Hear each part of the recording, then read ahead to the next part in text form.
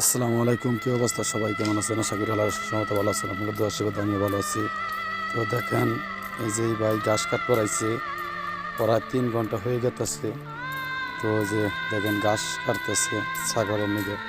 তো এটা প্রতিদিন ঘাস কাটা। দেখেন রৌদ্রের কি তাপ, আমি 2 মিনিট দাঁড়াইতে পারতেছি না। এখন বেলা বাজতেছে প্রায় 6টার মতো। তো আমি তা তাপের কারণে থাকতে পারতেছি না। এই ভাই কাজ করতেছে কতটুক দূরে, আমি মেলা দূরে থেকে এই ভিডিওটা করতেছি। তো সে যে কিভাবে করতেছে আল্লাহ পাক ছাড়া কেউ জানে না। দেখেন এখন প্রায় 6টাই বেজে গেছে, রৌদ্রের তাপের মধ্যেও এইভাবে ঘাস কাটতেছে। তারপরে দেখেন কত স্পিডে ঘাস কাটতেছে। ঘাস বলতে এগুলো আরবিতে বলে তাম, ছাগলে নিগা কাটতেছে।